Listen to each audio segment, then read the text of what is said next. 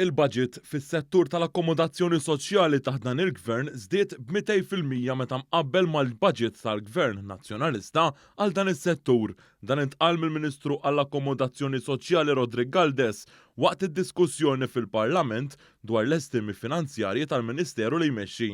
Il-budget tal-awtorità dak iż-żmien kien ta' 2.5 miljun. Illum 43 miljun. Jiġifieri qabża mhux qabża żgħira kien hemm ta' 200% mhix ċajta. U semma l-awtorità tad-djar ingħatat aktar responsabilta, speċjalment bir-riforma fil-liġi tal-kera għal postijiet mikrija qabel l-1995.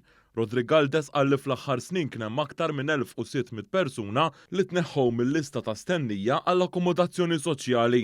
Semma li għaddej ġmielu x-xogħol fuq postijiet ġodda fosthom fl-imsida. Dwar dawn l-estimi tkellem ukoll is-Segretarju Parlamentari Chris Bonnet wara li ġimgħat ilu deputati tal-Oppożizzjoni attakkawh għax jgħix fil-kera.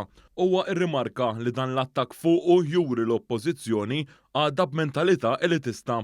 Reġgħet ħarġet il-mentalità elitista, Mr. Speaker.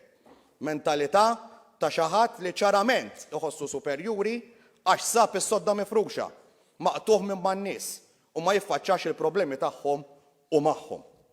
Mentalità li ġenni nistaqsi jekk dawn lesti jżebilħu bis-sitwazzjonijiet ta' dawn in-nies. Allura x'qed jagħmlu bil-qiegħda f'din il-Kamra jekk għalihom dawn ir-realtajiet huma affarijiet taż-żufjett. Id-deputat Laburista Glenn Bedingfield fakkar li dan is-settur beda jingħata importanza minn Gvern Laburista wara il-gwerra u qal li r-ruħ soċjali tal-Gvern hija parti mill-legat tal-eks Prim Ministru Carmenu Mifsud Bonnici.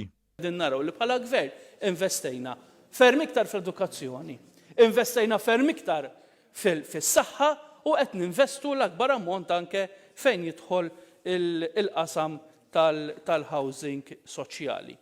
Id-deputat Whip tal-Gvern Naomi Kakija osservat li l-budget tas-sena d-dieħla qed ikompli jgħin liż-żgħażagħ li se jixtru l-ewwel proprjetà tagħhom permezz ta' għajnuna ta' 10,000 euro f'10 snin. Bl-istess mod, fl-ebda ħin ma smajt lil xi ħadd mill-kelliema tal-Oppożizzjoni jgħidilna li l-għajnuna li qed tingħata lill-first time buyers hija wkoll bla preċedent.